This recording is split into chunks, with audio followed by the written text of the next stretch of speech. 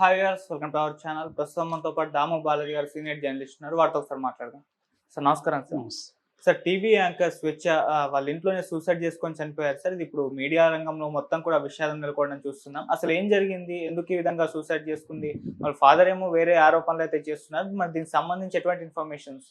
Yeah tea న్యూస్లో పనిచేస్తున్న senior journalist స్వేచ్ఛ వటార్కర్, పూర్తి పేరు స్వేచ్ఛ వటార్కర్, నిన్న 8:30 ప్రాంతంలో రాత్రి ఆత్మహత్య చేసుకుందని చెప్తున్నారు. పోలీసులకి 9:20 న్యూస్ అందింది. దాంతో చిక్కడపల్లి సిఐ రాజునాయక్ ఆధ్వర్యంలో పోలీసులు వెళ్ళారు.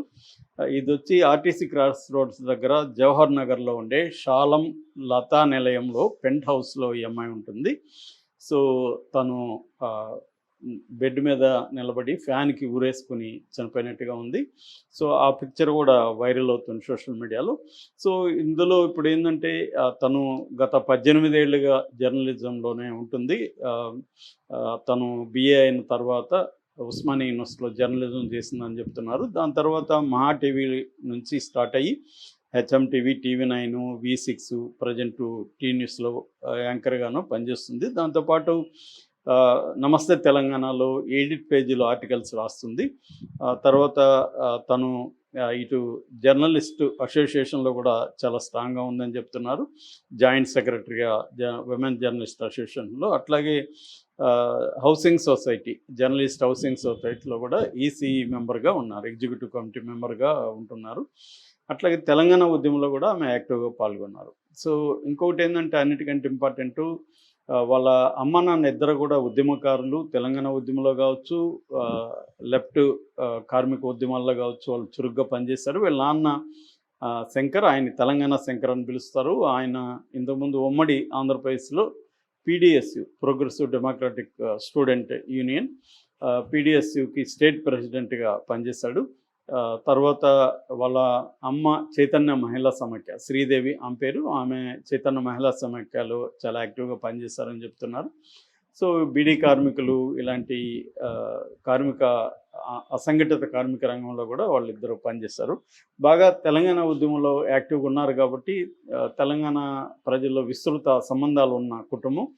అట్లాగే చిక్కడపల్లిలో వీళ్ళు ఒక లెఫ్ట్ సంబంధించిన లిటరేచర్ కావచ్చు, పుస్తకాలు, లెఫ్ట్, దళిత, ఇటువంటి ఒక ప్రోగ్రెసివ్ బుక్ షాప్ కూడా వీళ్ళు ఎప్పటి నుంచో నడుపుతున్నారు.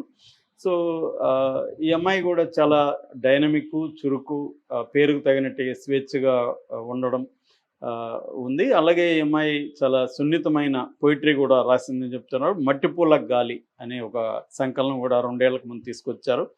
దానికి ఏలే లక్ష్మణ్ కవర్ డిజైన్ వేశారు.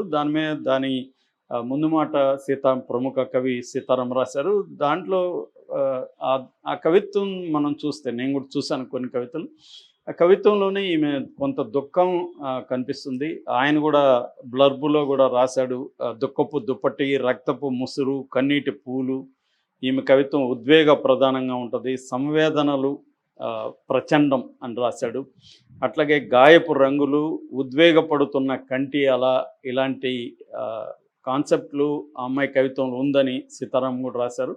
అలాగే ఒక ఫ్రెండ్ కూడా ఫేస్బుక్లో పోస్ట్ పెడుతూ చాలా దుఃఖపు కవిత్వం ఎక్కువ ఈమె రాసింది, అంటే ఒక ఒంటరితనం ఈమె లోపల ఉంది అనేది చెప్పారు.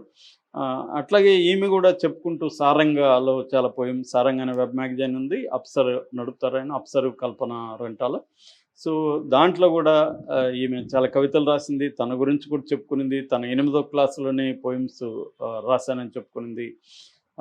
ఇండివిజువాలిటీ, ఆత్మగౌరవం, ఈ రెండింటికి తాను ప్రయారిటీ ఇస్తానని చెప్పింది. అవి లేని చోట అది ఎటువంటి ప్లేస్ అయినా